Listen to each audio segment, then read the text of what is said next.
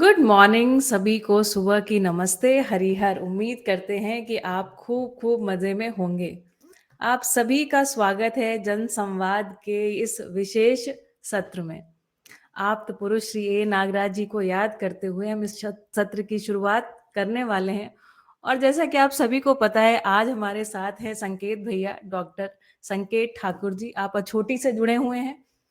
मेरी संकेत भैया के साथ मुलाकात जो है वो 18 मई के आसपास हुई होगी भैया, है ना? बिल्कुल। जी, हाँ, नमस्ते। जी। हाँ, जी, नमस्ते। और हम जैसे ही मेरी मुलाकात भैया से हुई और उनके बारे में थोड़ा जाना, हम लोगों की बात बहुत थोड़ी-सी हुई। और भैया जो है उस समय खुशियों के एम्बेसडर जो प्रोग्राम आप देखते हैं, उसको शूट कर रहे थे।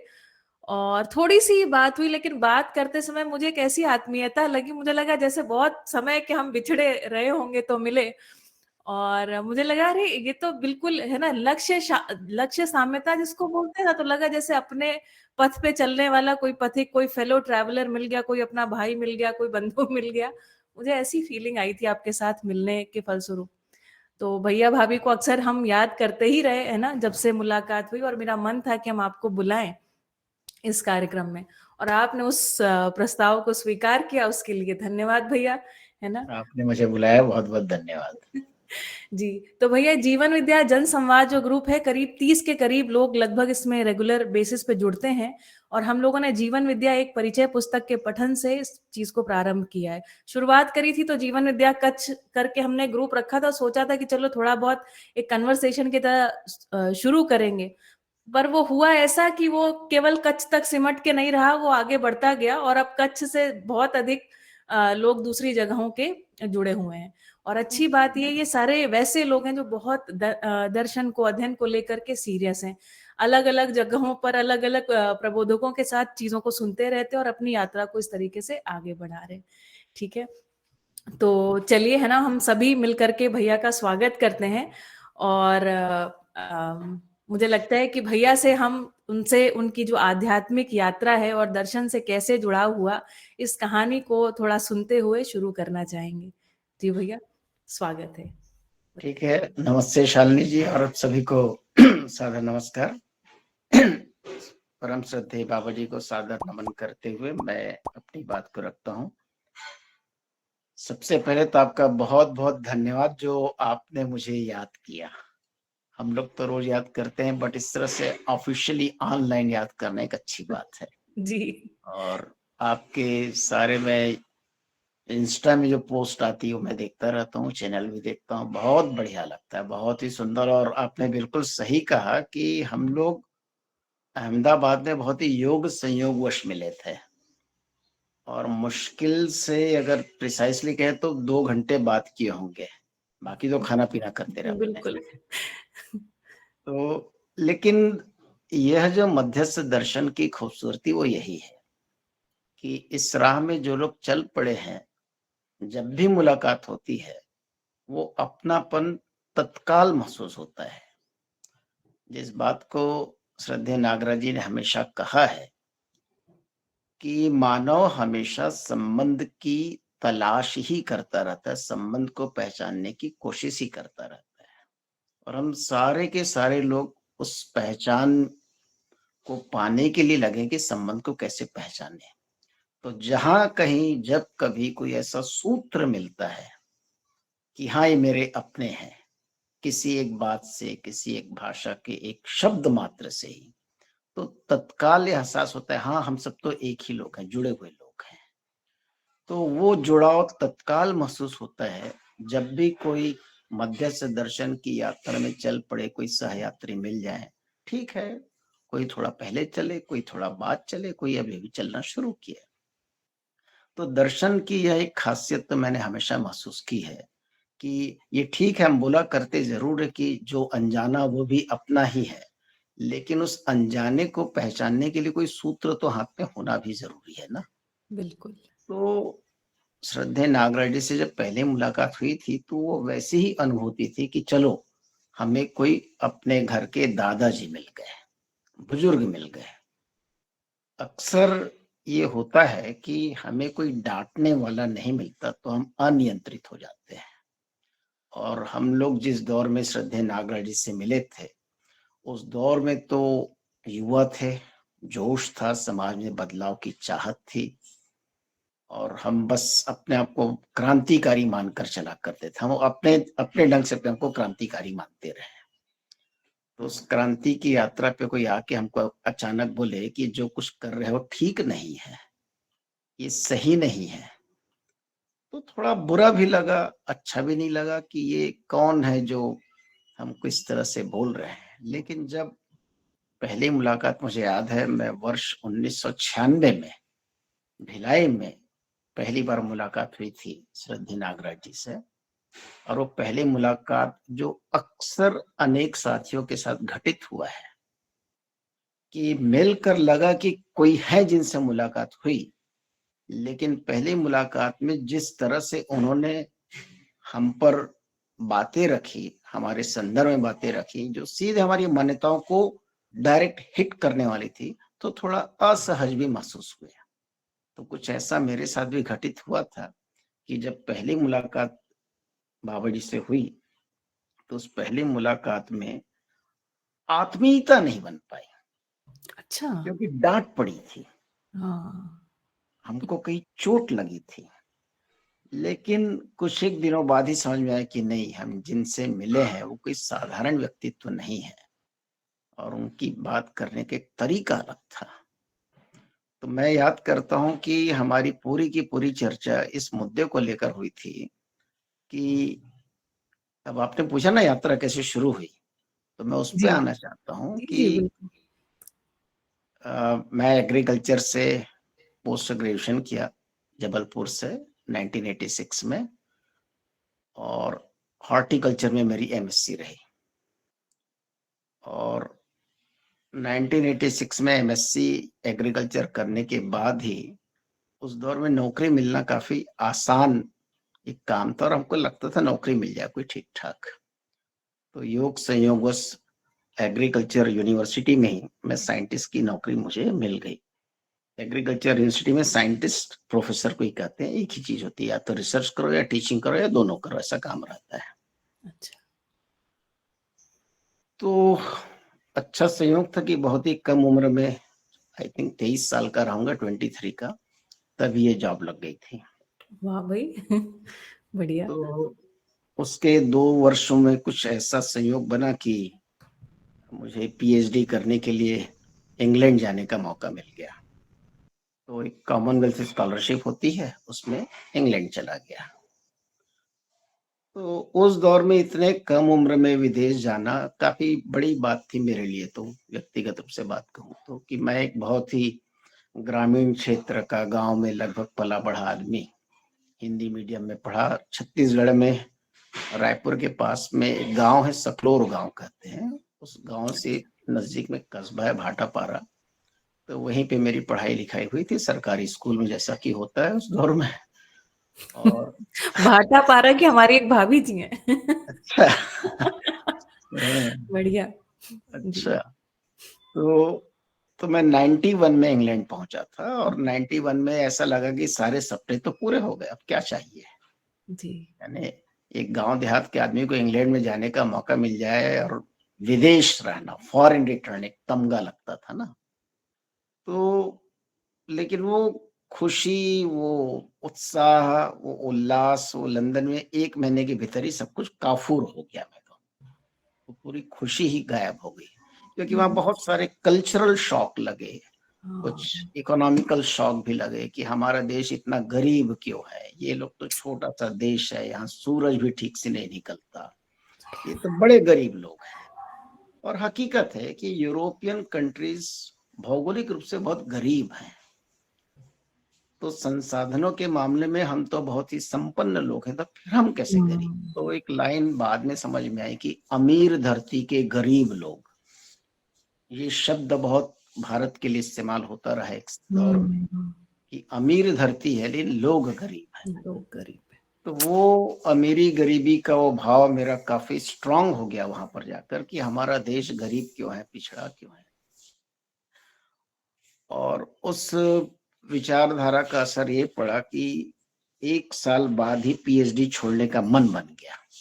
कि देश में जाए वापस और कुछ अच्छा करें, देश के लिए अच्छा, कुछ अच्छा करें। लेकिन फिर मित्रों ने समझाया कि देखो अगर बिना पीएचडी के वापस लौटोगे तो लोग ये कहेंगे फेल हो गए इसलिए आ गया। फेल हो गई।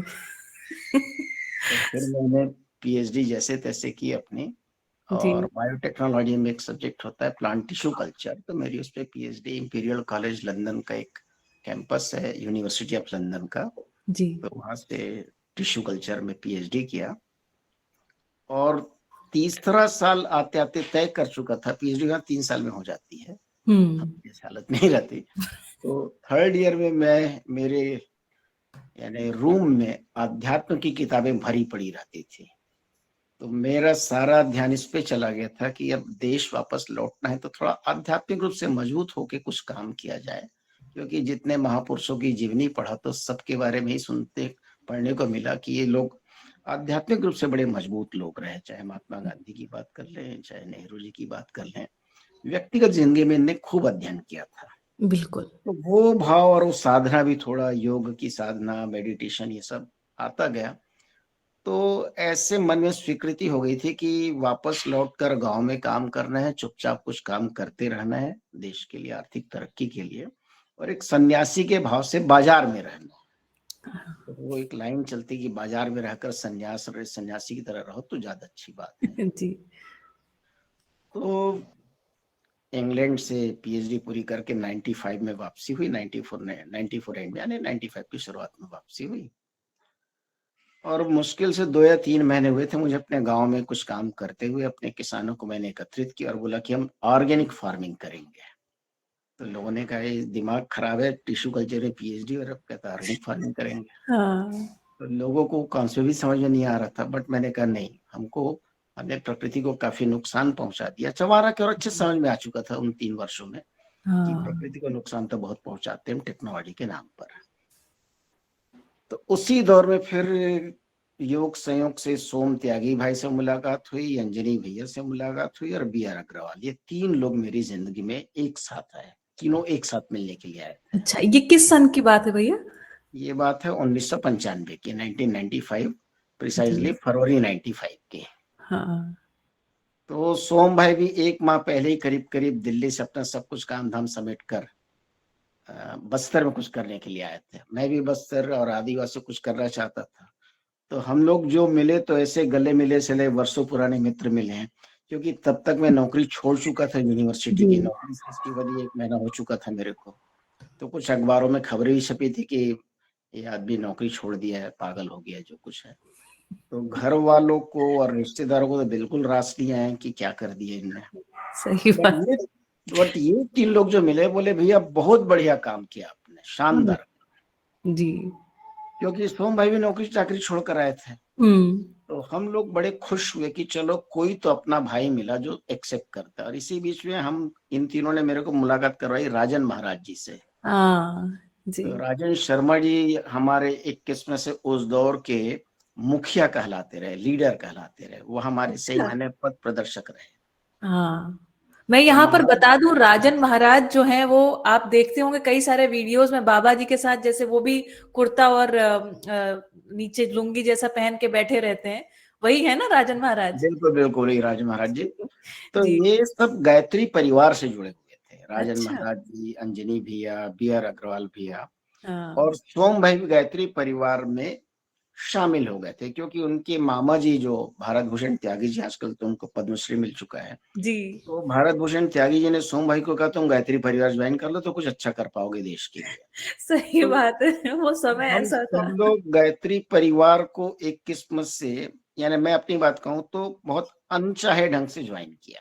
अच्छा, की वजह ये थी कि राजन महाराज जी से मेरी बातचीत होती तो मैं थोड़ा सा धर्म कर्म के मामले में थोड़ी मेरी आस्था हिली हुई थी, क्योंकि वो दौर था, आपको याद होगा, वो राम जन्मभूमि और हाँ, बिल्कुल, बाबरी मस्जिद को लेके काफी इंटरनेशनली इंडिया की काफी बदनामी हो चुकी थी, सच्चाई तो यही है। बिल्कुल, बिल्कुल। तो उस दौर को भी मैंने झेला था काफी अच्छे से कि हुँ, हिंदुस्तान के जो हिंदुत्व है वो हुँ, मुसलमानों को खत्म करने को आमदा है, यानी ये हुँ, मीडिया में मैसेज बहुत चलता था। जी, तो मेरी बहुत ज्यादा आस्था उस वक्त हिली हुई थी, मैं कहूंगा। हुँ, तो उस दौर में जब महाराज जी ने एक बात बहुत बढ़िया कही, बोले देखो संकेत, ये आस्था प्रधान देश है, हम्म।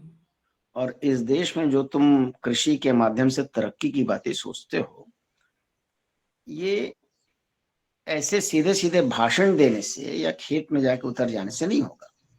देश के लोगों को कुछ समझाना है, सिखाना है, तो आस्थावादी विधि को अपनाना पड़ेगा। हम्म। महात्मा गांधी जी ने ये किया और सारे लोग ने ये किया।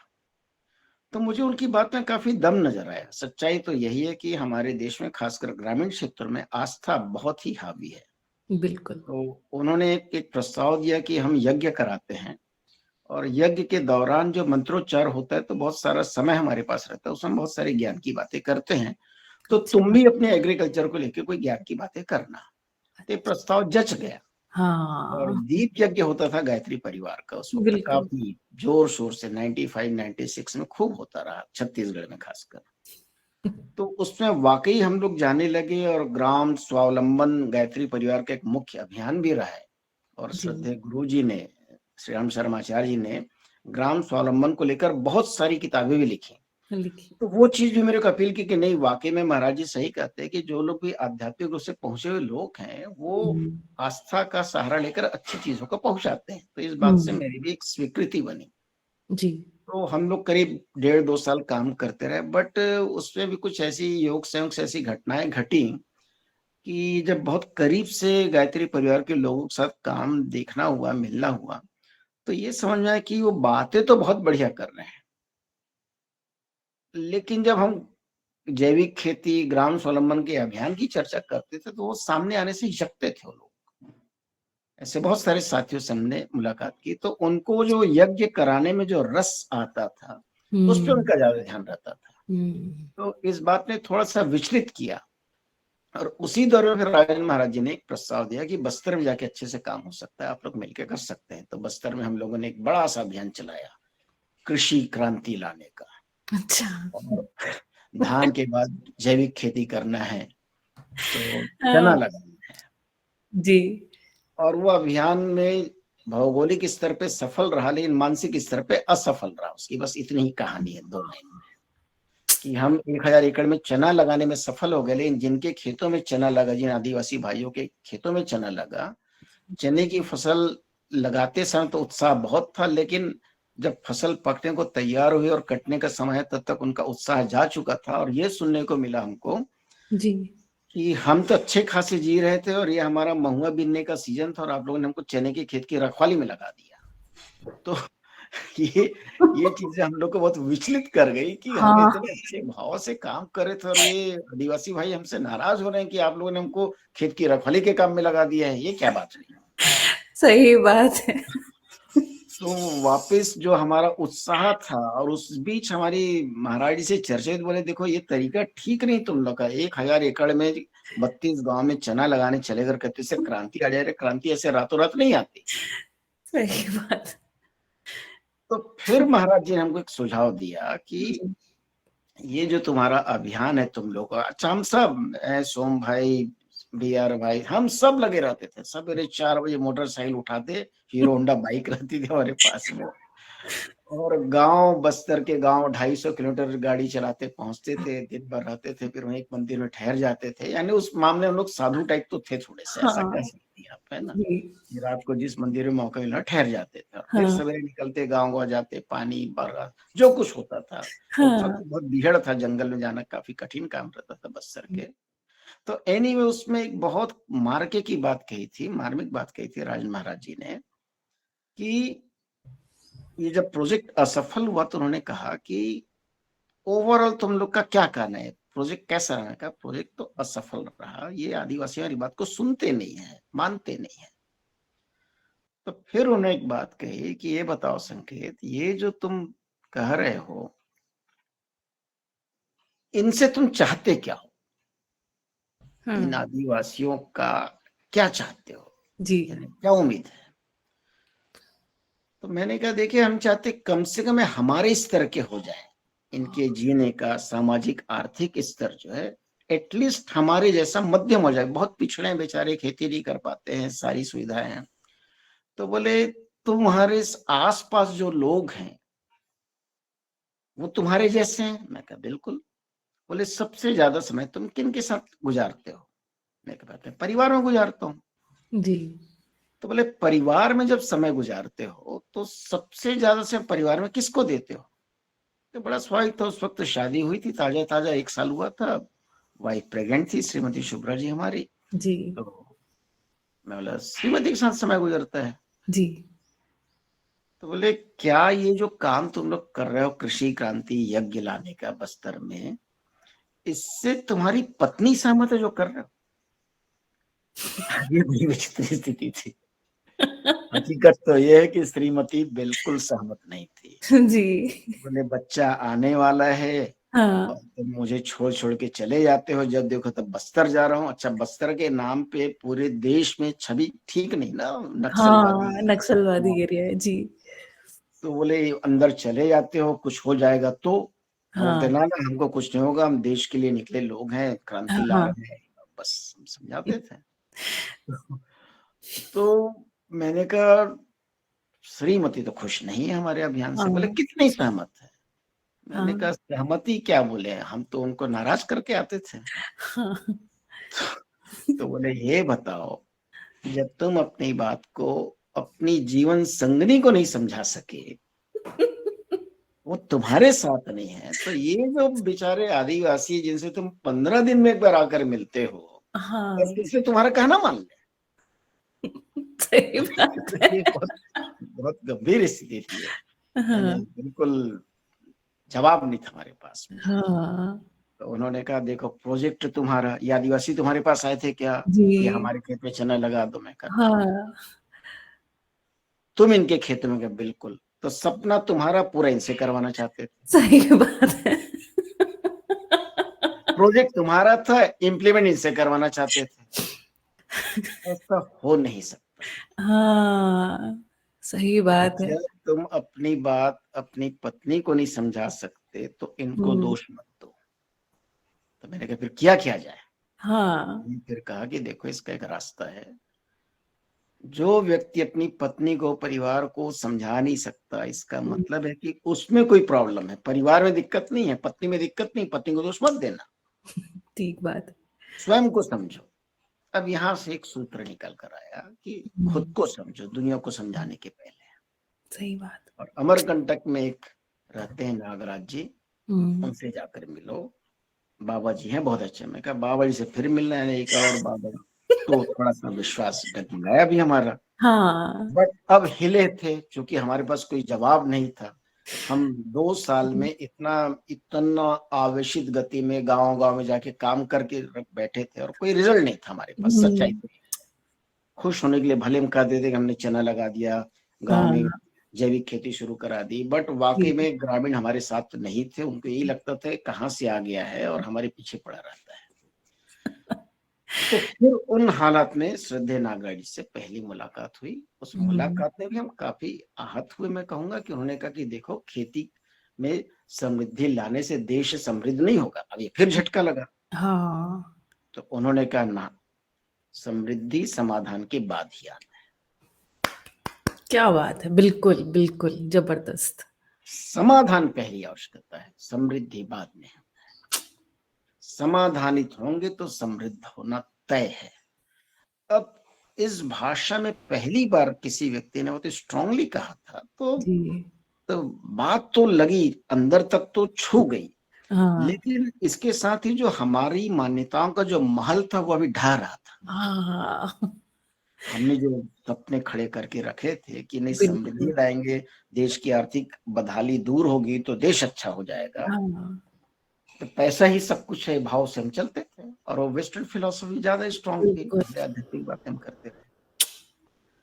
तो फिर उसी दौर में सत्य जी जो आईआईटी दिल्ली के प्रोफेसर थे, उनका हुँ। पहला जीवन विद्या शिविर करने का अवसर 1997 में आया। तो अच्छा। मई 1997 में हम पूरी टीम, रायपुर की जो कृषि क्रांति वाली जो टीम रही, गायत्री मतलब परिवार वाली टीम, सोम भैया, आप ये सब लोग एक साथ शिविर करने पहुँचे? सब एक साथ शिविर करने गए। अच्छा, और बढ़िया। पूरे परिवार सेठ गया। खास बात ये है अरे वाह! ये बहुत शुभ हुआ। क्योंकि हमें बताया गया था परिवार को साथ में लेकर चलोगे तो सफलता समझ में आएगी, नहीं तो नहीं आएगी। हाँ।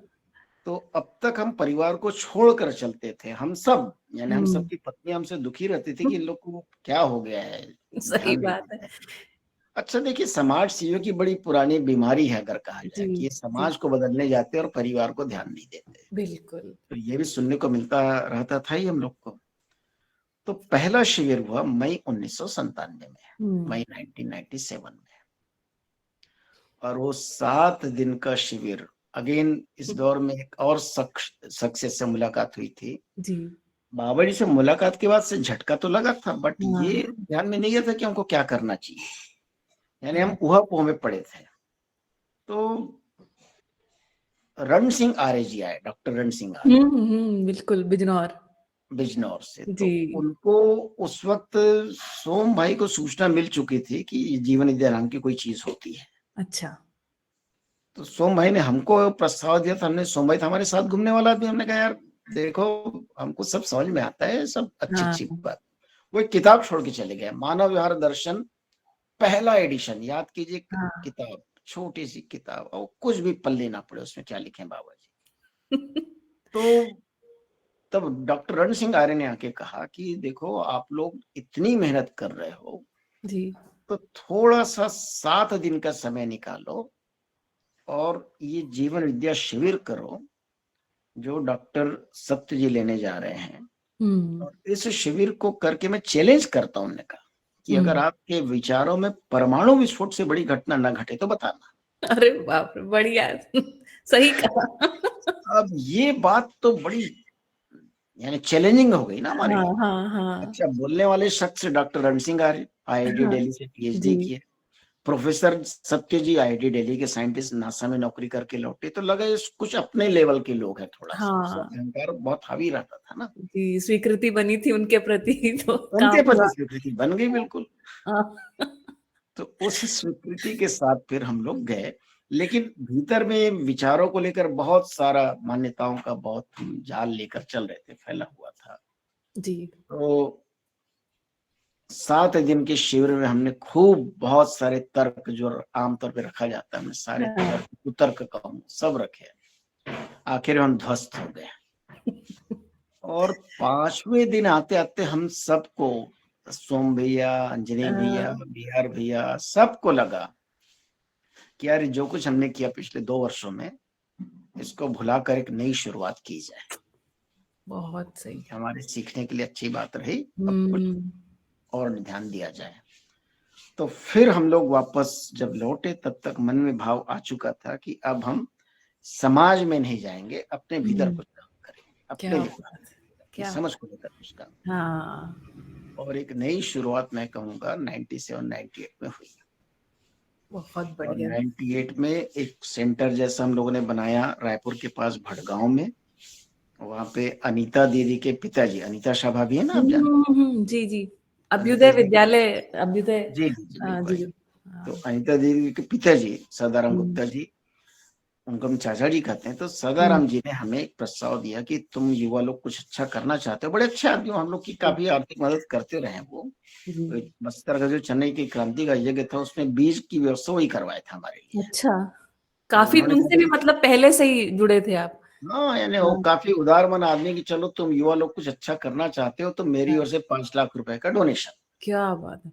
हम तो बड़े खुश हो गए कि चलो हम हाँ, आदिवासियों को चना का बीज और खाद दे देते हैं, और सही। जब फसल आई तो वापस कर देंगे। बट हुआ हाँ, उल्टा, फसल हाँ। कटी तो गालियाँ पड़ी, पैसा कुछ नहीं आया वापस। तो हम लोग थोड़े शर्मा, यानी शर्म से गड़े भी जाते थे। सही में। तो उन्होंने फिर हमको, लेकिन वो हम लोग की ऊर्जा को देखते थे कि नहीं, इनकी ऊर्जा का हाँ, सदुपयोग होना चाहिए। तो उन्होंने हाँ, प्रस्ताव दिया कि मेरी 10 एकड़ ज़मीन है, आप उसमें हुँ, कोई सेंटर चालू कर दो। हुँ, तो उनकी एक ज़मीन 10 एकड़ करीब रायपुर के पास ही, रायपुर से 15 किलोमीटर दूर एक गाँव भटगाँव वहाँ पे थी। जी। लेकिन वहाँ पे थोड़ा-सी गाँव को लेकर और भौगोलिक परिस्थिति में पानी की दिक्कत जाती थी। तो हुँ, ऐसा लगा कि नहीं, एक अलग से ही सेंटर बन जाए, जहाँ पे सड़क से अप्रोच अच्छा रहे, क्योंकि वहाँ अंदर जाना पड़ता था। हाँ, अच्छा, उस वक़्त हमारे मन में आ चुका था कि कोई अच्छा-सा सेंटर बनाया जाए, जो ईज़िली अप्रोचेबल रहे। हाँ, और राजेंद्र महाराज जी का प्रस्ताव ये था कि हम, मेरे गाँव तरफ अगर ज़मीन मिलती है तो इधर आके देख लेते हैं, क्योंकि गाँव में, ग्रामीण क्षेत्र में एक पहचान महाराज जी की बहुत अच्छी है। हुँ, का एक सामाजिक रूप से जो उनकी स्वीकृति है। जी। उसका लाभ मिल सकता है। तो उस प्रस्ताव के चलते फिर हम लोगों ने जमीन देखी और अभ्युदय संस्थान 1999 में उसके लिए जमीन खरीदी गई। अरे वाह! बहुत फ़ास्ट काम रहा आपका फिर इस हिसाब से, क्या बात है। तो आप लोग जिस अभ्युदय संस्थान के बारे में बहुत कुछ सुनते होंगे, जी। आते होंगे। 25 दिसंबर 1999 को अभ्युदय संस्थान के लिए हम टोटल तब तक 12 परिवार हो चुके थे। तो हम 12 परिवार, हम व्यक्ति नहीं कहते, उस वक़्त हमारे मन हाँ, में परिवार वाला भाव तो अच्छे से जी, स्थापित हो चुका था। क्या तो बात। 12 परिवारों ने मिलके 17 एकड़ ज़मीन खरीदी। तो जिससे जो बना, किसी हाँ, ने आधा एकड़ लिया, किसी ने 10 डे 25 डिसमिल लिया, ऐसे जोड़-तोड़ करके किसी ने 5 एकड़ पैसे थे। तो मैं एक छोटी-सी अपनी शॉप चलाता, उसको बंद किया रायपुर की और उससे जो पैसे उसे मैं ज़मीन में लगा दिया। तो ऐसा बढ़िया। करके हम सब ने 17 एकड़ ज़मीन को खरीदा और अभ्युदय संस्थान ऑफ़िशियली 1999 में हमने ज़मीन परचेज़ किया। मेरे ख्याल है 25 दिसंबर 99 को। और फिर अगले 1 साल में 2000 में खेत को ठीक करना, वहाँ जंगल था काफ़ी, नीलगिरी हुँ, के पेड़ लगे थे, वो सबको हटाकर फिर बाबा जी के साथ जो दौर चला चर्चाओं का, लगातार मिलना हुँ, और उनके मार्गदर्शन में संस्थान में कहाँ पे क्या होना है, हर एक चीज़ का मार्गदर्शन श्रद्धेय बाबा जी से मिलता रहा। तो फाइनली 2001 में 11 जनवरी से 14 जनवरी हमने उत्सव मनाया। हुँ, 2001 में 1 साल लगा पूरा खेत को तैयार करने में जी, और कुछ संस्थागत इंफ्रास्ट्रक्चर बनने में। तो उसमें अगेन अनीता दीदी के परिवार से काफ़ी मदद मिली आर्थिक रूप से और हुँ, अंजलि भैया की ओर से काफ़ी मदद मिली। सबने अपनी ओर से जिससे जैसा बना, आपको बताया ना, हुँ, तो जी, एक हॉल बन गया, रहने के लिए 4 कमरे बन गए, एक छोटा-सा किचन बन गया। तो हम लोग पहले झोपड़ी में आके ठहरा, वहाँ पे झोपड़ी थी छोटी-सी, हम लोग वहाँ आके ठहरा करते थे। हुँ, तो फिर धीरे से पक्का कुछ कंस्ट्रक्शन हो गया, तो 2001 में औपचारिक रूप से अभ्युदय संस्थान अछोटी का शुभारंभ हुआ। क्या बात है। 22 साल हो गए इस बात को, हाँ? जी। जी, तो वो जो एक रास्ता मिला जी, श्रद्धेय नारायण से ज़िंदगी को लेकर, और उस वक़्त एक बहुत स्ट्रॉन्ग फीलिंग थी 2001 में जब संस्थान का उद्घाटन हुआ, तो हम लोग बहुत सारा प्रयोग कृषि का करके बैठे थे ही। हुँ, तो वो एक बात आई कि हम लोग अपनी आजीविका 5 एकड़ ज़मीन और 5 गाय से चला सकते हैं। तो हुँ, समाधान जीवन विद्या के माध्यम से और हुँ, समृद्धि जैविक कृषि और गौपालन के माध्यम से। जी, तो ये 2 चीज़ों का संयोग जिसे समाधान समृद्धि कहा गया, हुँ, उसको लेकर हमने सारा अभ्यास प्रारंभ किया। लेकिन आपको बता दूँ, हमारा ध्यान तब भी समृद्धि में ज़्यादा जाता था, इसलिए हाँ, कि आर्थिक दबाव तो रहता था ही।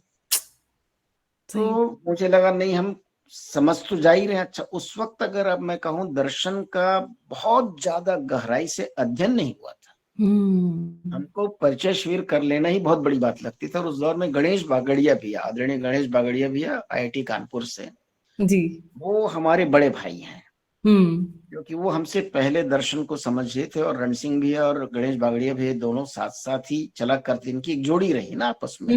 हुँ, अच्छा, तो ये इनकी एक टीम की तरह काम करते, तो गणेश बागड़िया भैया ने फिर दर्शन को हमको और अच्छे ढंग से समझाया। तो उनका जो अच्छा, शिविर होता था वो हाँ, अद्भुत होता, अब भी अच्छा होता है उनका शिविर, तो आप जानते हैं। तो गणेश भैया के बहुत सारे शिविर छत्तीसगढ़ में हुए। तो हमारे एक छोटा-सा सेंटर गायत्री परिवार का बना हुआ था आवरी में, जो हुँ, बस्तर की हाँ, एंट्री पॉइंट का जो गाँव है जी, आवरी। तो हम बाबा जी को जब तक संस्थान ठीक से स्थापित नहीं होता तब तक आवरी में ही सुना करते थे। तो आप जो अच्छा, रिकॉर्डिंग देखती होंगी बहुत हाँ, सारी, हाँ, मेरे दर्शन के साथी देखते हैं, जी, वो चाहे जीवन यदि एक परिचय किताब आपने पठन पूरा किया, आपने बताया ना, तो हाँ, वह किताब मूल रूप से बाबा जी ने ग्राम आवरी का जो गायत्री परिवार का आश्रम रहा है, जहाँ हाँ, अर्चना दीदी रहती थी, जी, यानी अर्चना दीदी वहाँ की निवासी थी उस दौर में। हाँ, हाँ, उनकी ज़िम्मेदारी, वो महिलाओं की ज़िम्मेदारी था संस्था आश्रम। तो अच्छा, हम लोग टाइम टू टाइम जाते थे। तो हाँ, अर्चना दीदी के साथ में एक बड़ा आत्मीय, वही गायत्री परिवार से जुड़ी हुई थी, तो बड़ा आत्मीय संबंध दीदी से। हाँ, तो जब तक रायपुर का संस्थान नहीं बना, अभ्युदय संस्थान नहीं बना, तब तक सारी रिकॉर्डिंग बाबा जी से मिलना, चर्चा करना, ये सब आवरी आश्रम में होता रहा। तो मैं ये कहना चाह रहा हूँ कि बाबा जी से उस दौर में हमने सुना काफ़ी, पढ़ा हुँ, कम। हुँ, अच्छा, प्रत्यक्ष जब व्यक्ति हैं सामने तो फिर पढ़ना क्यों? अच्छा हमको बोलते जरूर थे कि पठन करो तुम लोग। पढ़ने हम्म, बैठते थे, समझ में नहीं आती थी किताब। अच्छा एक ही किताब थी उस वक्त, मानव व्यवहार दर्शन, और वही 1982 का एडिशन था। हाँ अच्छा। तो काफी हैवी बुक थी अपने ढंग से। तो अच्छा हमको ये लगता बाबूजी से सुनना अच्छा है। तो हम हम्म। लोगों ने कुछ रिकॉर्डिंग भी की, उसमें से एक रिकॉर्डिंग जो जीवन विद्या एक परिचय किताब के रूप में है, जी। और दूसरा एक बार हमने पूरे 7 दिन लगातार नॉन स्टॉप हमने हम्म। विज्ञान के बहुत सारे प्रश्नों को लेकर, अध्यात्म को, विज्ञान, ज्योतिष, तंत्र, हम्म। Physics, chemistry, biology, tissue culture, कोई सब्जेक्ट नहीं छोड़ा। हाँ। 7 दिन लगातार आवरी में बैठ के हम लोगों ने रिकॉर्डिंग की, और उससे हमको स्पष्टता बनी कि हमको अभ्युदय संस्थान में करना क्या है। एक ये रिकॉर्डिंग रिकॉर्डिंग, में तो एक कमरे में बैठे हुए आप लोग प्रश्न पूछ रहे हैं, है ना? हाँ हाँ, ये वही बिल्कुल। रिकॉर्डिंग है। जी, जी, जी। तो वो रिकॉर्डिंग पूरी होने से हमको एक सीधा सीधा लाभ हुआ कि हुँ, काफी कुछ विषय वस्तु जो दर्शन की समझ में आई। हुँ, लेकिन हुँ, ज्यादातर चर्चा अगर आप देखेंगी तो वो विज्ञान पे है, ज्ञान हुँ, पर है। जी, बोध साक्षात्कार अनुभव को लेकर कम है उसमें। बिल्कुल। क्योंकि वो अभी हमको समझ में आता है। अच्छा उनका ही कहना था कि समाधानित हो जाओगे तो बोध हो जाएगा, तो अनुभव हो जाएगा। तो हम भी लगे हाँ ठीक है, बोध होगा, अनुभव होगा, ठीक है, हो जाएगा। तो लगता है जी। थोड़ी सी बात है, हम भी मान के चलते हैं, हो जाएगा जल्दी से। हुँ, हुँ, सही तो बात है। कृष्ण मैं भैया ये, कुछ बीच में कहना चाहते हैं? जी जी, जी। हाँ। वो रिकॉर्डिंग जो है अभी किस पुस्तक में या किस तरह उपलब्ध है, वो जो इसे 7 दिन हम की जी, इसे हम ग्रुप में शेयर कर देंगे भैया। ग्रुप में मिल जाएगा भैया। पूरी रिकॉर्डिंग है यूट्यूब में, जी, सह अस्तित्ववादी विज्ञान के नाम से। जी। वो ठीक सीरीज है ठीक पूरा वो, है ना। जी जी, थैंक यू। तो मैं कहना चाह रहा था कि अभ्युदय संस्थान की स्थापना होने के बाद भी शिविर का सिलसिला 1 साल बाद चालू हुआ, 2002 में शुरू हुआ। अच्छा। और हमारे बीच में नैसर्गिक रूप से सोम त्यागी भैया बहुत बढ़िया शिविर लेने शुरू कर हुँ, चुके थे। तो 2001 में सोम भैया ने शिविर लेना शुरू कर दिया था कुछ कुछ जगह में जाकर। जी। और अभ्युदय संस्थान में शिविर जो है 2001 के बाद से शुरू हुआ। और फिर कुछ ऐसी परिस्थितियां बनी कि हमारे कुछ साथी रायपुर के इंजीनियरिंग कॉलेज में हमारे एक अच्छे मित्र हैं समीर वाजपेयी। हुँ, तो समीर भाई को हमने शिविर करवाया गणेश बागड़िया जी का। जी। और समीर भाई मेरे भाटापारा के मित्र हैं, हम लोग बचपन के साथी हैं, क्लास 1 से एक साथ पढ़े। तो मैं हर चर्चा उनसे शेयर करता था, तो वो भी देखते यार कि तू कुछ कर रहा है जिंदगी, कुछ अलग कर रहा है। हाँ। तो उनकी सहमति थी, बट उनकी हिम्मत नहीं होती थी नौकरी छोड़कर आने की। हुँ, बोले यार मैं नौकरी नहीं छोड़ सकता। मैं कहा कोई बात नहीं भाई, चलेगा।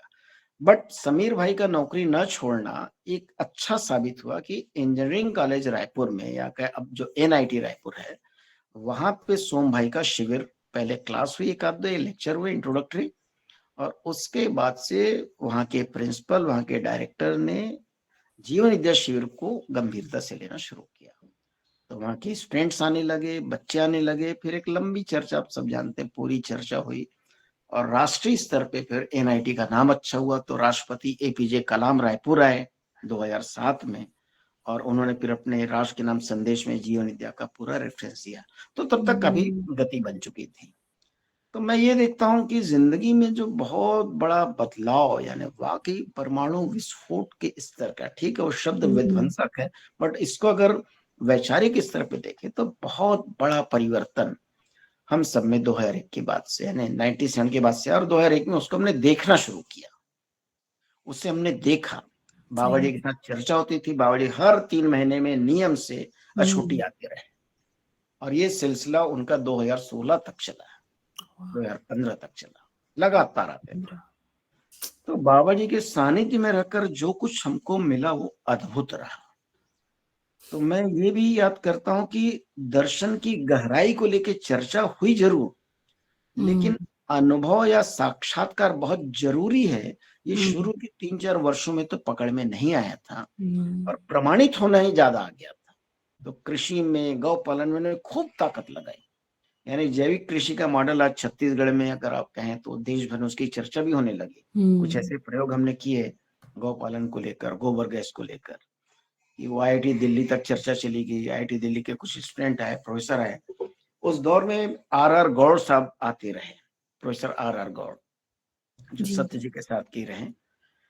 तो गौड़ साहब ने प्रस्ताव दिया, तो हम लोगों ने क्या किया था कि गोबर गैस से एलपीजी सिलेंडर में गैस को कंप्रेस करने में सफलता मिल गई। अब हमारे मन में ये था ग्रामीण अर्थव्यवस्था को मजबूत करना, भाव तो था ही, अब हाँ दर्शन की विचारधारा आ गई थी, सात्विक प्लस पॉइंट ही हो गया था। जी।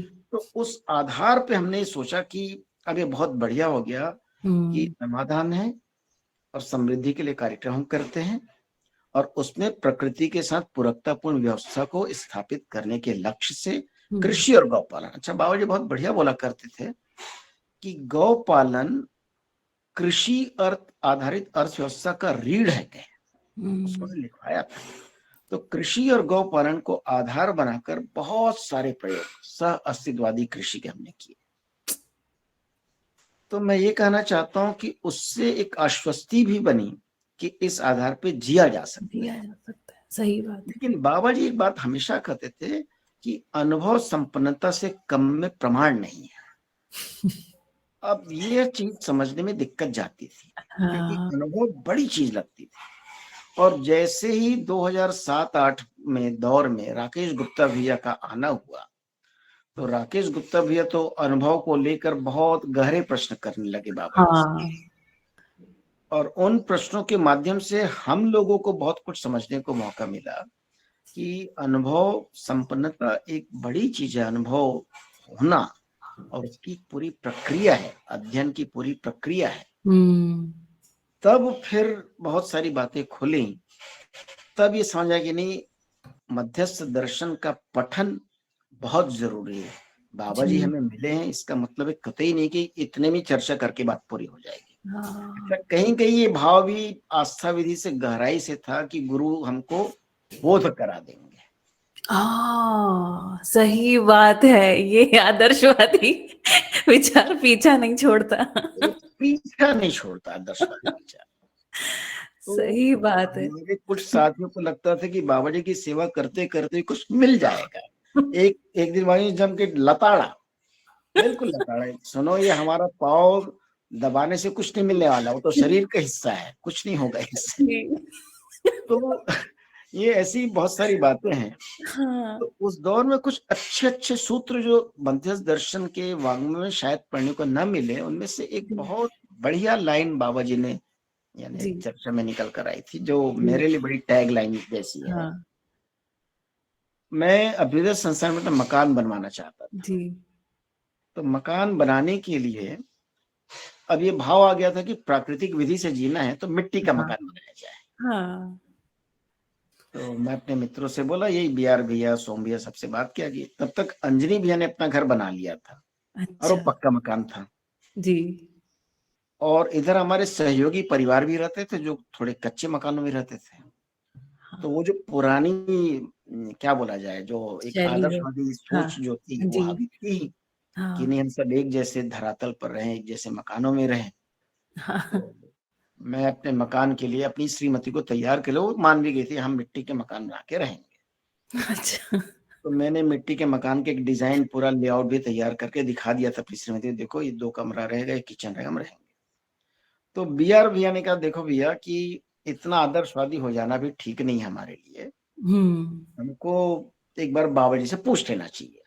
उनका हाँ कहना है कि जब हम लोग सब पक्के मकान में जिंदगी गुजारने वाले लोग हैं हाँ और अब मिट्टी के मकान में रहेंगे तो अड़चन आ सकती है। जी तो कहा कि चलो बाबा जी आएंगे तो बात करते हैं। बाबा जी आए हम्म तो हमने बताया, तो मैंने कहा कि बाबा जी मैं मकान ऐसा ऐसा है रहने के लिए। अब हम 2001 हो चुका था, मकान बनाने का काम चालू करे थे, संस्थान की काफी कुछ चीजें बन चुकी थी। तो मैं बोला मैं रहूंगा यहाँ पे, तो मैं चाहता हूँ मिट्टी के मकान में रहो। तो बाबा जी ने कहा, मिट्टी के मकान में क्यों रहना चाहते हो? जी मैंने कहा, बाबू जी ऐसा लगता है कि हम सारे सहयोगी परिवार और जितने भी लोग हैं संस्थान के, हम सब एक जैसे मकानों में रहे तो अच्छा है। तो बाबू जी ने कहा, देखो बेटा, विपन्नता का प्रदर्शन विपन्नता का प्रदर्शन समानता का आधार नहीं बन सकता। क्या बात है, क्या बात है। अब ये बात सुनकर तो दिमाग घूम गया। देखो, जो गलती गांधी जी ने की वो गलती तुम करने की कोशिश मत करो। बहुत से लोगों ने लंगोट धारण करके, धोती पहन के, गरीबी का प्रदर्शन करके समाज में समानता लाने का प्रयास किया है। आर्थिक स्तर पे समानता नहीं आएगी, मानसिक स्तर पे आएगी। क्या बात है, बहुत मानसिक बढ़िया। तरह। तो फिर उन्होंने जो जहां उसको वहां से उठा लो, जो जहां है उसको हाँ। वहां से उठाओ। उठाने का आशय उन्होंने कहा कि समझ के स्तर पर उठाओ। हम्म, जरूरी ये है कि हम जैसे हैं वैसे ही जिए। बहुत व्यावहारिक बातें कही उन्होंने। हम्म, जिस अभ्यास के आदि हो वैसा जियो। लेकिन ये जो लोग हैं जिनके तुम उनके साथ जीना चाहते हो, उनका भी स्तर उठाओ। अगर तुम पंखा लगा रहे हो अपने घर में, तो उनके ही पंखा का इंतजाम करा सकते हो। अब ये बात बड़ी वाजिब लगी। हम्म, आर्थिक प्रदर्शन यानी ये आर्थिक समानता का पैमाना जो आज भी आप देखिए हमारे समाज में चल ही रहा है हम्म, कि कपड़ा दे दो, रोटी दे दो, मकान दे दो, सही। मानसिकता में कोई काम नहीं होता। तो विपन्नता का प्रदर्शन आर्थिक समानता का आधार नहीं बन सकता। जी। ये एक लाइन, जो जहां है उसको वहां से उठा लो, हम्म, जो जैसा है उसे वैसा स्वीकार लो क्या बात है। और फिर आगे बढ़ो। तो ऐसी बातें बाबा जी के साथ चर्चा में बहुत आती रही। हम्म, कृषि की चर्चा होती थी, तो कृषि पे उन्होंने एक बहुत बढ़िया बात कही कि हमने कहा कि हम जैविक कृषि कर रहे हैं बाबा जी, और ये लोग बोलते हैं कि महंगा है, जैविक खेती में करना, उत्पादन बेचना हम्म, महंगा पड़ता है। उन्होंने कहा देखो, कृषि को व्यापार नहीं बनाना, हाँ। व्यवसाय है, आजीविका का आधार है। जी। बोले समाज ने बहुत बड़ी गलती की है, कृषि को व्यापार बना दिया। तो फिर उन्होंने एक बहुत अच्छी लाइन कही, हम्म, कृषि व्यापार नहीं है, हम्म, धरती के साथ प्रेम का इजहार है कृषि। ओहो, क्या बात है, क्या बात है।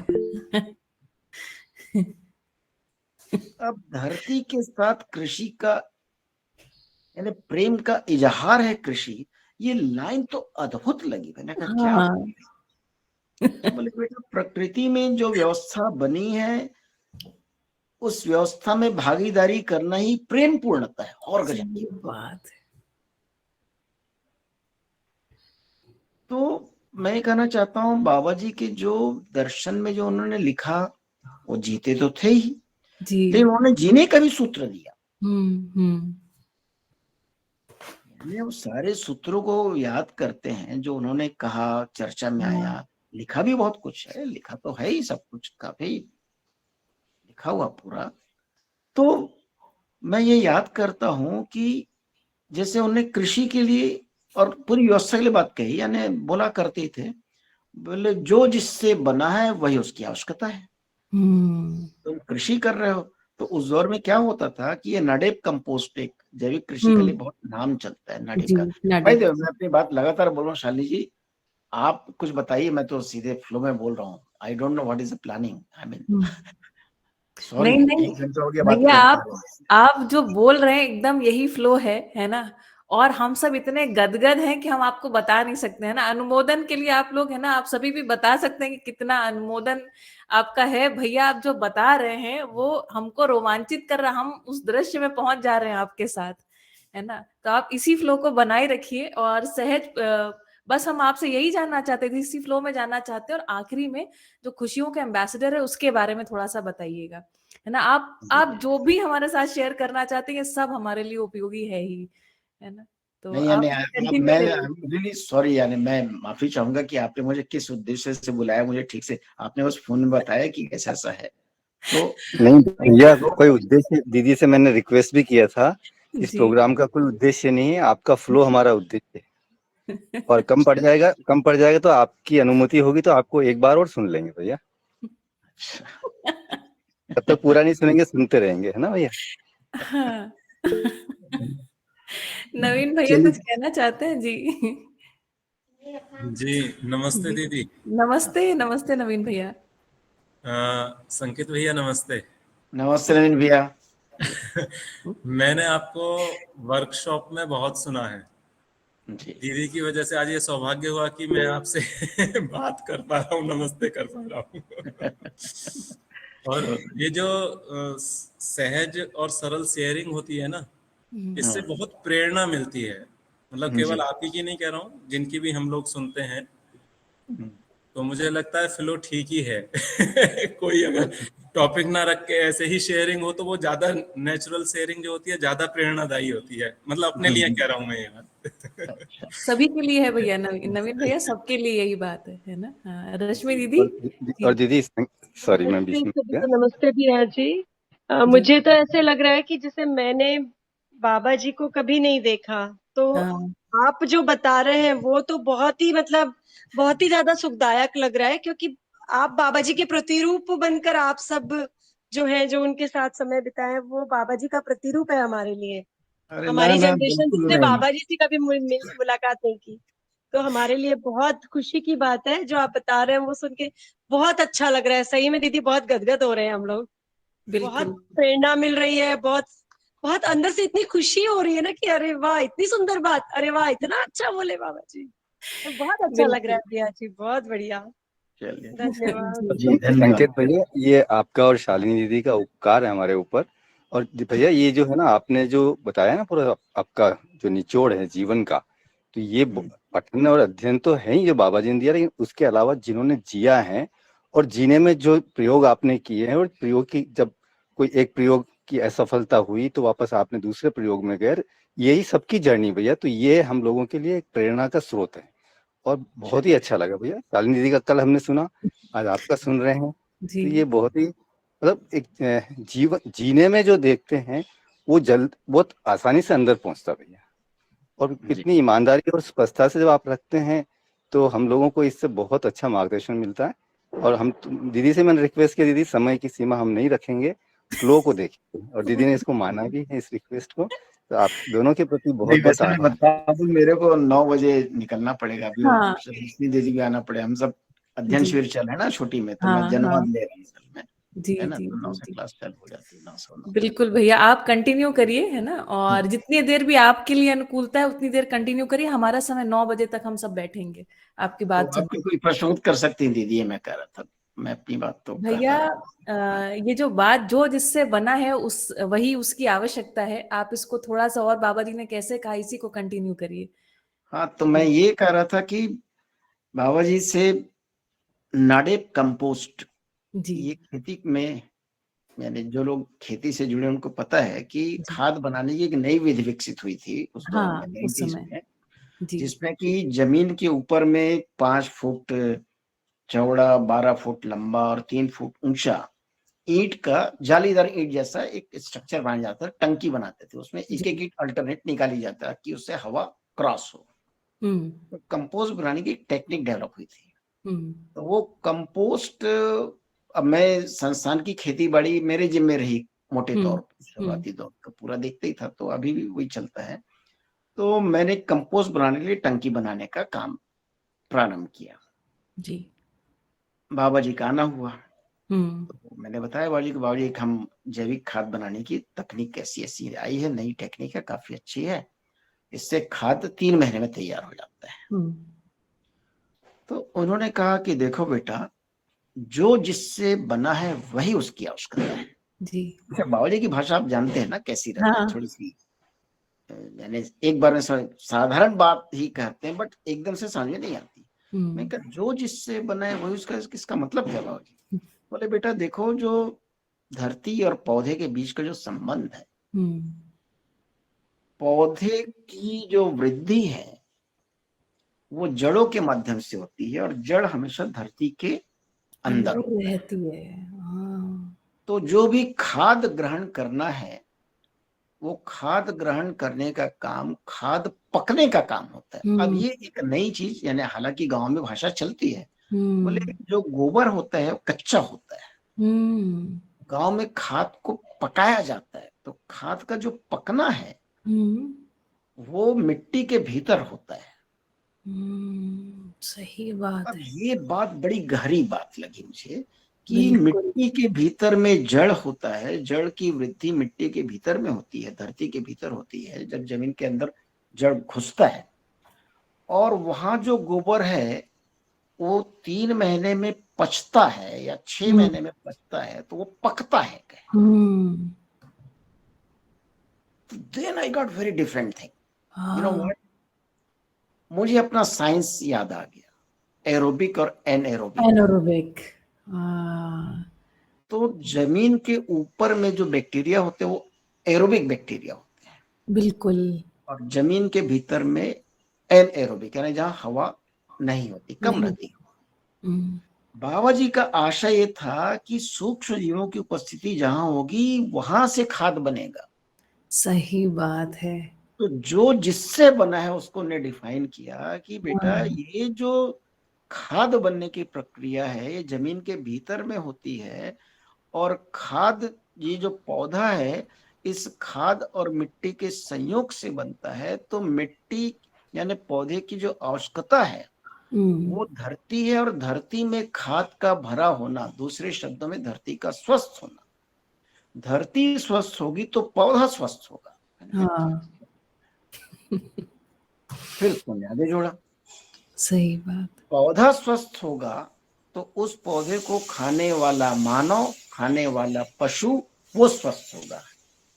तब वो समझ में आया नियम क्या है, नियंत्रण क्या है, संतुलन क्या है। क्या बात है, बहुत बढ़िया भैया, बहुत बढ़िया है ना। ये बात मेरे ध्यान में हमेशा रही। मैंने और जनक ने कभी भी नाडेप जो बनाते थे ना, चौड़ा ये जो इसका एक वॉल्यूम कैलकुलेट करके बनाया जाता था, इसको हम कभी स्वीकार नहीं कर पाए, और मैंने और जनक ने ये पद्धति को नहीं अपनाया, जबकि ऑर्गेनिक खेती में एक्चुअली इस पद्धति को कर रहे हैं। तो चलता है। और हाँ, पर मुझे आज तक इस तरीके से खुद भी कभी नहीं जुड़ा था। तो ये मुझे मजा आ गया सुन करके, एकदम रोया रोया मेरा, एकदम ये लग रहा है कि अरे यार ये बात तो कितनी सही है।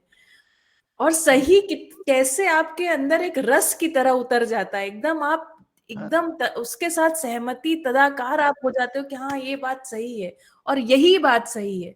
जब तक सत्य नहीं आता या पूरी तरह से स्पष्ट नहीं होता तो एक लगता है कि हाँ सुन लिया, ठीक लग रहा है, लेकिन एक पूरी तरह वो रस जैसे आप भीग नहीं जाते उसमें, है ना। एकदम ऐसा लगता है जैसे भीग गए। आपकी ये जो आपने बात मुझे समझाई यहाँ पर, मजा आ गया एकदम। अब इसी एक सूत्र को, जी। इसको हमने विस्तार किया। हाँ। मैंने खुद विश्लेषण किया, बाबा जी क्या बढ़िया बात बोल रहे हैं कि जो जिससे बना है वही उसकी आवश्यकता है। पौधे को मिट्टी में संतुलन चाहिए, भोजन बनता है तो मानव को भोजन में संतुलन चाहिए, जानवर को, जीव जानवर, इनको भी संतुलित भोजन ही चाहिए। जी। तो संतुलन पूर्वक ही होना प्राकृतिक नियम का पालन। प्राकृतिक नियम पढ़ा हमने। अब इसके आगे चलते हैं। मानव जो किससे बना, तो मानव जीवन और शरीर की संयुक्त अविभाज्य इकाई है। तो जो जिससे बना, again this point comes in, कि जीवन और शरीर ही मानव की आवश्यकता है कि इससे बना। तो जीवन किससे बना, तो जीवन जिससे बना वो चैतन्य क्रिया, वो अक्षय बल, अक्षय शक्ति संपन्न होकर जो क्रिया करता है, उन क्रियाशीलता का आउटकम इज मूल्य। अब ये पकड़ में आई बात। तो जीवन की आवश्यकता जो है, यानी जिसे हम कहते हैं ज्ञान के रूप में समझना, जीवन ज्ञान, फिर दर्शन ज्ञान, मानी तो आचरण ज्ञान। अब ये लाइन एकदम से पकड़ में आई। मैं इसको हमेशा, यानी बाबा जी के प्रति शत शत नमन। में कितने बार, यानी हर पल याद आती बातें। सही बात। जीवन को समझना, मानव को समझना, मानव की आवश्यकता शरीर भोजन की, यानी भोजन शरीर की आवश्यकता है, ज्ञान जीवन की आवश्यकता है, मूल्य है, उन मूल्यों का निर्वाह करना है। तो मूल्य रहित जीवन नहीं है, मतलब जीवन भूखा है, प्यासा है, ऐसे निकल गया। सही बात। और देखिए इस गठन पूर्णता को भूखापन स्वीकार होता नहीं है ना। तो भूखे हम भागते रहते हैं ना, कहाँ कहाँ जहां मिल जाए। ज्ञान पिपासा इसी को कहते हैं। इतनी बढ़िया से आपने इन बातों को रखा है भैया। और मैं आपके छोटे होने के कारण आपका और समय चाहूंगी, और मैं चाहती हूँ अगर आपके पास जब भी अनुकूलता हो हम बात करेंगे। ये सभी की तरफ से मुझे लगता है सभी इसमें अनुमोदन करेंगे कि प्राकृतिक नियमों को समझने के लिए, है ना, हम एक बार आपके साथ फिर से जुड़ना चाहेंगे, क्योंकि वो विषय आपका, एक तो आपने भौतिकवादी शिक्षा जो ली उसके कारण भी मजबूत पक्ष है, और फिर इसी विषय पे बाबा जी से खूब चर्चा करी और उस बात को आप गहराई से समझे। तो नियम, नियंत्रण, संतुलन को हमको और जैसा आप देख पाते हैं ना वहां तक हमको भी ले चलिए, है ना। तो हाँ, इतनी क्यों भाई, है ना? क्या कहते हैं आप लोग, मेरी बात से सहमत हैं? आपको चलना है भैया के साथ तो बताइए, है ना? कृष्ण भाई कुछ बोल रहे हैं। देख लीजिए, हाँ जी जी। दीदी बिल्कुल। दीदी एक और ऑफ कोर्स पंकज दीदी। भैया, जी मुझे लगता है नमस्ते। अभी तो मुझे लगता है भैया अब शुरू हो पाया आपका जो सेशन है ना। अब शुरू हो पाया है ये भैया, ओरिएंटेशन प्रोग्राम चल रहे हैं ना। मैं जिन लोगों के साथ मैं कहती हूँ ना, आइए इनसे सुनते हैं, क्योंकि भैया आप लोग कहीं तक तो पहुंच गए हैं ना, जो अब बार बार हमें भी वो श्रम ना करना पड़े, इतना तो हमें आपके आपके छोटे होने का, एक कनिष्ठ होने का हमको एक फायदा तो होना चाहिए ना, एक ये मिलना चाहिए। और दीदी लास्ट के जो 2-3 सूत्र भैया ने अभी 5 मिनट में जो रखे ना, वो हाँ, मानता का आधार, और फिर जो ये जो जहाँ है मैं वहां से, जी और ये मैं लास्ट इसको जो रख बात देती थी हूँ। हाँ, आप जीवन वाली सभी बात के भी लिए। थी, नहीं अभी हम्म स्पष्ट नहीं हो पाई भैया को, और खोलने की जरूरत हमें लगता है कि और खोलेंगे इसको। देख लीजिए भैया, है ना, ये मान मनुहार हमारे ग्रुप वाले करेंगे ही आपसे, तो आपको समय निकालना और हमको बताना है। मैं थोड़ा सा भैया की जो बातें थी आपको वापस से याद करा देती हूँ। एक सूत्र जो था वो था, विपन्नता का प्रदर्शन समानता का अधिकार, समानता का आधार नहीं हो सकता, है ना। और भैया जब से ये बात हमारी मुलाकात हुई थी और आपने शेयर किया था ना, तब से मेरे दिमाग में गूंजती जाती है। और ये भी एक मैं देखती हूँ कि जो चीज आपको छू गई ना, वही दूसरे मनुष्य को भी छू जाती है, क्योंकि इस जर्नी में मुझे लगता है कि वही चीजें प्रेरणा स्वरूप हमको एकदम से जनकृत कर जाती हैं। राइट। तो हाँ, ये रेजोनेंस इफेक्ट होता रहता है ना। हाँ, और बिल्कुल सही। जो, हाँ, दूसरी बात आपने कहा, जो जहां है उसे वहां से उठा लो। तो वास्तव में समानता का आधार क्या होगा? समझदारी से कम में कहाँ समानता आने वाली है ना। तो समझदार बनाना एकमात्र कार्यक्रम दिखाई पड़ता है। और एक जो बात आपने की, मुझे लगता है सारे लोग सहमत होंगे, कृषि व्यापार नहीं है, धरती के साथ प्रेम का इजहार है। बाबा जी कवि थे, ये इस बात का प्रमाण है। है ना। आप कैसे गलत करेंगे अपने प्रेमी के साथ, अपनी प्रेमिका के साथ, है ना, जी अपनी माँ के साथ कैसे करेंगे? ऐसा नहीं कर पाएंगे। और जो जिससे बना है वही उसकी आवश्यकता है। बाप रे बाप, इसको इस तरीके से खोलना, है ना, बहुत सारे लोगों का ध्यान इस विधि से नहीं जाता है ना। एक सूत्र हम कई बार, हम सब भी किताबें जब पढ़ते हैं ना, तो ऐसा जोड़ नहीं पाते, है ना, क्योंकि वो जागृत व्यक्ति किस चेतना से वो कह रहा है, कैसी समझ से, कितना बड़ा दृश्य वो देखते हुए ये बात कह रहा है, वो हम तक पहुंचती नहीं है। तो हमारा जो सॉफ्टवेयर है उसको अपग्रेड करने के लिए आपका और सानिध्य हमें चाहिए होगा, है ना। जी, बिल्कुल बिल्कुल, हाँ, बहुत बहुत हाँ, हाँ। धन्यवाद। जी नहीं अब भैया, अभी बात खत्म नहीं हुई, थोड़ा 5 मिनट हाँ और। हाँ, बिल्कुल बिल्कुल, नहीं बात अभी जारी रखूंगा, कोई दिक्कत नहीं। जी जी। तो तो भैया खुशियों के एम्बेसडर के बारे में बताइए, कहाँ से ये कल्पना आ गई? और आप लोगों ने बहुत मेहनत करी, मैंने आपका काम, भाभी का काम, आपकी टीम में जो और 2-3 लोग हैं उनको देखा है। और मुझे बताइए उसके बारे में, सभी को बताइए थोड़ा। जी। चलिए, तो ये जो बात आपने कही बहुत अच्छी बात है। हालांकि मैं खुशियों के एम्बेसडर को लेकर मैं पब्लिकली अवॉइड करता हूँ, मैंने इसलिए आपको कहा भी था। जी जी। उसे नहीं, बहुत सारी लेकिन भैया पता चले थोड़ा सा कि मतलब उसके पीछे कौन है, ये तो आवश्यकता है। ठीक है, इसमें देखिए जो मुख्य सोच क्या है आपको बता दूं। आप सब लोग जानते ही हैं कि मध्यस्थ दर्शन से संबद्ध बहुत सारी सामग्री हम्म। अब सोशल मीडिया के माध्यम से काफी उपलब्ध है, इंटरनेट के माध्यम से उपलब्ध है। जी। लेकिन इन सब के बावजूद हम लोग चूंकि शिविर कर लिए हैं, यानी जो भी शिविर कर चुका है उससे तो समझ में आ जाता है हमारा मटेरियल, बट एक बहुत अननोन किस्म का व्यक्ति जो नहीं जानता मध्यस्थ दर्शन या जीवन विद्या को, जी। उसको ये बात नहीं पहुंच पाती है, मैंने महसूस किया। हम्म। तो मैं इसकी चर्चा सोम भाई से और अपने सारी टीम के जितने साथी हैं, छोटी के और देश भर के साथियों से सबसे चर्चा किया। तो एक डेटा भी हमने निकाला, फिर एक एनालिसिस भी करके देखा कि जैसे पूरे देश भर में पिछले साल 2022 में हम्म। जितने शिविर हुए और जितने लोग आए उनकी संख्या है 13,500। इसमें 1 दिवसीय शिविर हुआ, 3 दिवसीय हुआ, 7 दिन का जो हम परिचय शिविर करते हैं। तो ये सारे 13,500 लोग जिन्होंने शिविर किया, इनसे अगला स्टेप होना ही चाहिए कि वो अध्ययन बिंदु शिविर करें, अध्ययन शिविर में आए। जी देखिए, आप जिस बात को ही बोल रही थी या मैं जो बोल रहा हूँ, या हम सारे लोग इसमें सहमत तो हैं ही कि ये इतना अद्भुत दर्शन है कि ये जीते जी एक क्षण में पूरी जिंदगी को बदल देता है। एक क्षण। सही When I है। say this, कि the moment you receive the content and it hits your, thought, ji it changes everything in your entire life system. हम्म, ये हम सबके साथ घटा है। हम्म, और आज के परिप्रेक्ष्य में जब बाबा जी कहते थे, एक और घटना याद आई मुझे। अब जी देखिए, ठीक, स्वागत है, स्वागत है। मैंने कहा, हम कुछ प्रस्तुत कर रहे थे तो बोले, ये बाबा जी आपने, कुछ बात थी असल में, साइंस को लेकर चर्चा चल रही थी। तो ये बस शुरुआती दौर ज्ञान में, अगेन मैं 2000 के आसपास की बात बता रहा हूँ आपको, जब कैसे बाबा जी अंदर तक आए हमारे अंदर। वो ये बता रहे थे कि मेरा प्रश्न था कि जीवन के संकेतों को शरीर ग्रहण कैसे करता है। ये सबका बेसिक क्वेश्चन है हाँ कि ब्रेन कैसे काम करता है। जी अच्छा, जी साइंस में ब्रेन काफी पढ़ा हुआ है। तो मैंने बाबा जी से पूछा, बाबा जी ये जीवन के संकेतों को ग्रहण करने का प्रोसेस क्या है, शरीर में आखिर कैसे आता है।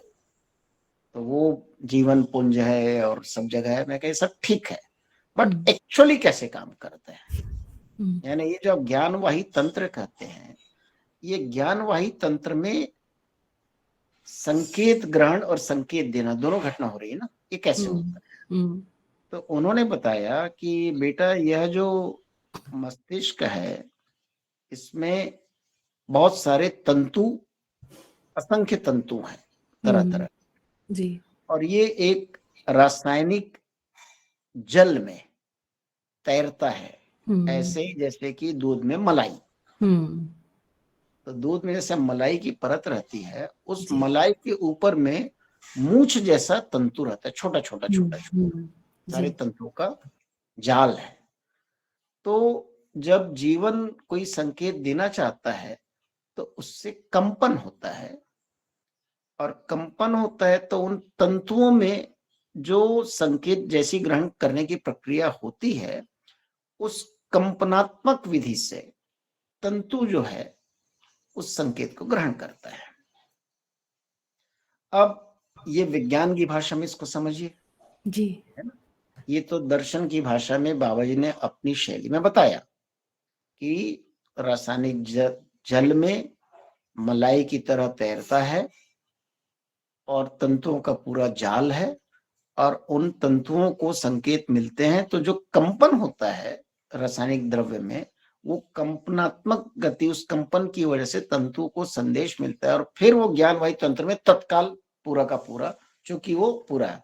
तो 2-3 शब्द आप जानते हैं, न्यूरॉन नेटवर्क, विज्ञान पहचानता है न्यूरॉन नेटवर्क है जी तो वो कैसे काम करता है, विज्ञान काफी आगे जा चुका, माइक्रो न्यूरॉन सिस्टम की बात करता है। लेकिन उस दौर में मैंने पढ़ा था, ये जो डीएनए की खोज जिनने की थी, डबल हेलिक्स स्ट्रक्चर, इसको बनाने और इसको खोजने वाले थे जेम्स वाटसन और फ्रांसिस क्रिक। तो फ्रांसिस क्रिक ने करीब 20 से 25 साल अमेरिका के एक इंस्टीट्यूट में लगाया और ब्रेन कैसे फंक्शन करता है उस पर रिसर्च किया था। अच्छा, तो क्रिक ने एक रिसर्च पेपर अपना पब्लिश किया, फ्रांसिस क्रिक ने, और उन्होंने उस पेपर में ये लिखा कि ब्रेन में कॉन्शियसनेस होता है। अच्छा, तो कॉन्शियसनेस होता है ब्रेन में, और वो ब्रेन में कोई एक ऐसा स्थान है जिसको उन्होंने शून्य कहा। बोले मुझे नहीं मालूम क्या है, ये वाइड है कहा। तो वहां पे कोई हलचल होती है जिससे ब्रेन को सूचना मिलती है, और कॉन्शियसनेस ट्रांसफॉर्म इनटू एक्शन। क्रिक ने जब ये कहा तो पूरी वैज्ञानिक जगत में क्रिक की खूब बेइज्जती हुई, खूब क्रिटिसाइज किया। क्यों? क्योंकि कॉन्शियसनेस को साइंस नहीं मानता, डिनाई करता है, यस। तो मेरे को एकदम से फ्रांसिस क्रिक का रिसर्च पेपर याद आ गया। सही उन दिनों बात। जब मैं लंदन में था, यूनिवर्सिटी ऑफ लंदन में जब रिसर्च हाँ करता था, उन दिनों में वो कैम्ब्रिज आए थे फ्रांसिस क्रिक, और उन्होंने लेक्चर दिया था स्टूडेंट्स के बीच में। उस लेक्चर इस बात को रखा था 93 की बात थी, 1993 की। तो मैंने कहा बाबा जी आपको पता है आप क्या बोल रहे हैं? तो बाबा जी ने मेरे सर पे हाथ रखा, बोले तुम्हारे मुड़ी में समझ में आ रहा हम क्या बोल रहा हूँ? मैं तो चौंक गया।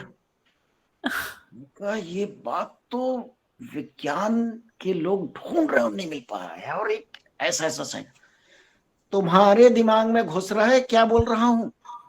तुम्हारा विज्ञान उल्टा है, सही बात। उल्टा खड़ा है। तो मैं ये बता रहा हूँ, मैं तो हिल गया। हाँ मैंने कहा कि कहाँ अमरकंटक, ये अमरकंटक की चर्चा ना, जी। अमरकंटक जो पुरानी धर्मशाला, जो बाबूजी के जो पुराना हाँ घर है धर्मशाला, वहां की हाँ चर्चा। मैंने कहा क्या बात है, मैंने एक तरफ अमेरिका इंग्लैंड में लोग रिसर्च कर रहे हैं, और यहाँ पे बैठे बैठे एक आदमी उन बातों को बता रहा है कि वॉइड क्या होता है, शून्य क्या है। जिस शून्य को फ्रांसिस क्रिक पहचान नहीं सका, उसे नागराज जी बता रहे हैं। तो मैं ये कहना चाहता हूं कि इतनी बड़ी बात है मध्यस्थ दर्शन कि जहां विज्ञान काला दीवाल में आके खड़ा हो गया, वहां जवाब दर्शन से निकल कर आता है। तो मेरे मन में बात रह के आती है कि हो सकता है हम लोग अभी उस बड़े जनमानस तक नहीं पहुंच पा रहा है जिनको इन प्रश्नों के उत्तर में जिंदगी खपा रहे हैं लोग। हाँ तो ऐसे लोगों तक हम कैसे पहुंचे? ऐसे लोगों तक पहुंचने का एकमात्र माध्यम मीडिया है। और मीडिया में अगर आप देखें तो सोशल मीडिया भी बहुत पावरफुल है जी। लेकिन सोशल मीडिया में जो हमारा कंटेंट है वो अपने आप में इतना हैवी है कि हाँ सामान्य लोगों को अभी भी समझ में नहीं आता। खुशियों के मेजर को चालू करने के पीछे उद्देश्य ये रहा कि जी। बहुत सामान्य सी भाषा में ऐसी जानकारी दी जाए जो उपदेशात्मक न हो, जीता जागता हुआ व्यक्ति प्रमाण, यही तो बाबूजी कहते रहे ना। हाँ तो अब हमारे बहुत सारे साथी इस नाम से सामने नहीं आते हैं कि भैया हम तो अभी अध्ययन कर रहे हैं, प्रमाणित कहाँ हुए हैं? मैं कहा हाँ प्रमाणित नहीं हुए, ठीक है, बात सही कर रहे हैं, ईमानदारी के साथ बोल रहे हैं, अभ्यास तो कर रहे हैं। जी। और ये जो हम अभ्यास कर रहे हैं, ये अपने आप में अनेक लोगों को प्रेरणा देता है ही, प्रेरित करता है ही। तो बिल्कुल। क्यों ना हम बजाय दर्शन के हेवी कंटेंट को, शिविर के मटेरियल को रखने की बजाय टेस्टिमोनियल बेस्ड किस्म का एक प्रोग्राम बनाए जिसको देखकर सामान्य व्यक्ति के मन में जिज्ञासा जगे, यार ये आदमी कौन है भाई जो इस यानी इतना सब कुछ छोड़ के बैठा है और बहुत खुश है। तो खुशियों के मेजर के पीछे जो मोटिवेशन हो ये है कि हम लोग के बीच जो खुशियां झलकती हैं, आपस में कितने हाँ खुश होते हैं ना, सही बात। इसको दूसरे लोग देख के जलते हैं। तो हम जलाना नहीं चाहते, हम कहते हैं भैया आप भी खुश हो सकते हैं हमारी तरह, हाँ आप अपनी खुशी को शेयर करो। तो जो अच्छा हम कर रहे हैं उस अच्छेपन की सूचना दुनिया तक पहुंचे, तो उसको देखकर अभी आप देखिए, लोगों ने बहुत कहा ना कि उपदेशात्मक भाषा तो बहुत हो चुकी दुनिया में, जीने वाले लोग का है। अभी भी आप जब कोई बात करती होंगे तो एक सामान्य सा प्रश्न एक सामान्य व्यक्ति करता ही है कि ये सब बातें तो अच्छी है लेकिन इसको जी कौन रहे हैं, कौन लोग जी रहे हैं? तो ये है जीने वाले लोग।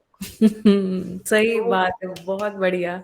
ये हैं जीने वाले लोग जो खुशियों के ये लोग तो एम्बेसडर हैं, ये हाँ, जीने ये वाले लोग। ambassadors happiness है, ये जीने की कोशिश में लगे हुए हैं और इस प्रोसेस में बहुत खुश हैं और खुशियां बांट रहे हैं। तो हाँ उसको देख कर लोग जुड़े हमसे, ये अपेक्षा हमारी कि साधारण भाषा में जैसे बातों में निकल के आता ना कि चलो अच्छा है या छोटी में कुछ है, बट क्या होता है छोटी में बताते रहे, तो ये डॉक्यूमेंट है भाई, ये हाँ शालिनी दीदी अच्छा काम कर रही है, ये स्टोरी उनकी चला दो। सही बात है। तो अब आप देखिए, सम्मति और प्रोत्साहन है ना, ये बहुत आवश्यक है ना। तो मुझे लगता है कि हम सहमत हैं कि जो व्यक्ति जो काम कर रहे हैं, जैसे जी रहे हैं, वो अच्छा है ना, उस अच्छे की तरफ प्रयास कर रहे हैं, और उस अच्छाई को देखने के अभ्यास स्वरूप और है ना उसको प्रोत्साहन के फलस्वरूप ये कार्यक्रम का उद्भव है, ऐसा कह सकते हैं ना भैया।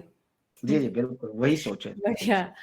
8:48 हो गए हैं और भैया को 9 बजे से क्लास लेनी है, तो मुझे लगता है कार्यक्रम को थोड़ा सा जल्दी खत्म करेंगे। पर भैया मैं आपको सच बता रही हूँ, मैं तो गदगद हूँ। मुझे ये फील हो रहा है कि फील के हमारे ग्रुप के सारे लोग ज्यों के त्यों बैठे हुए हैं किसी को, क्योंकि सभी को, किसी को कहीं नौकरी भी जाना है, कुछ काम भी है। हम यूजुअली 8:30 बजे क्लास खत्म करते बैठे हुए हैं, और आनंद आ गया आपकी बात को सुन करके, है ना। आप कैसे खुद आपकी लाइफ में जो शिफ्ट हुआ ना, वो हम उस शिफ्ट को फील कर पा रहे हैं कि हाँ ये शिफ्ट है ना। और जिस हम आपको तन्मय होकर एकदम सुन रहे थे आपकी सारी बातचीत को। और फिर से एक बार 3 बार दोहरा दूं, आप हमारे जो ग्रुप में बैठे हुए हैं, विपन्नता का प्रदर्शन समानता का आधार नहीं हो सकता है। जो जहां है उसको वहां से उठाने का तरीका यही है कि समझदारी को संप्रेषित किया जाए, जी के दिखाया जाए, है ना। कृषि व्यापार नहीं है, धरती के साथ प्रेम का इजहार है ना। तो इस बात को समझना, ये व्यापार नहीं है, व्यवसाय है। व्यवसाय क्या है, आजीविका क्या है, प्राकृतिक नियम में ताप संतुलन, ऋतु संतुलन, खनिज संतुलन, इस सबको आपसे सीखना है, आपसे सुनना है, समझना है। इसका कमिटमेंट हमने ले लिया है आपसे, ठीक है। तो और आज जो बात हुई, जो जिससे बना है वही उसकी आवश्यकता है। नवीन भैया ने तो मैसेज ही कर दिया कि हमको इसको और सुनना है और समझना है, तो समझना है भैया, ठीक है। तो आप हमको अपनी अनुकूलता बताइएगा। बाकी आप ग्रुप में सारे लोगों से मैं रिक्वेस्ट करूंगी, जो भी आप मैसेजेस करना चाहते हैं वो करिए, मैं संकेत भैया तक पहुंचा दूंगी। और उसके बाद आगे उनसे समय लेकर के हम क्लासेस जरूर करेंगे ऑनलाइन मीडिया में। यही 7:30 से 8:30 का समय है इस ग्रुप का, तब करेंगे, है ना। बढ़िया। तो भैया आपका बहुत बहुत धन्यवाद, बहुत धन्यवाद, है ना। भैया का एक शिविर हम भीलवाड़ा में भी कराना चाहेंगे, तो भैया का नंबर मिल सकता है? बिल्कुल बिल्कुल, ग्रुप में शेयर करेंगे, है ना भैया, कर देंगे जी। हाँ, धन्यवाद। आप लोग का बहुत बहुत धन्यवाद। मैं देख रहा हूँ लगातार मैसेज यहाँ भी आ रहे हैं, बहुत से लोग मैसेज आ रहे हैं। बहुत शानदार आप लोग से बातचीत डायरेक्ट तो हो नहीं पाई, बट आपने सुना और धैर्य से सुना, इसके लिए बहुत बहुत धन्यवाद। आप सभी का हार्दिक आभार करता हूँ। पवन भाई, इस माध्यम से भैया एक्सप्रेशन पूरा बन नहीं पाया हम लोगों का, हमने कोशिश पूरी की। जानकी दीदी, सुनीता दीदी, राजेश भाई, नितिन भाई, अंशु, मोनाली जी, आप सबका बहुत बहुत धन्यवाद। जो आप लोग लगातार मैसेज भी कर रहे हैं, मैं देख रहा हूँ। जी जी।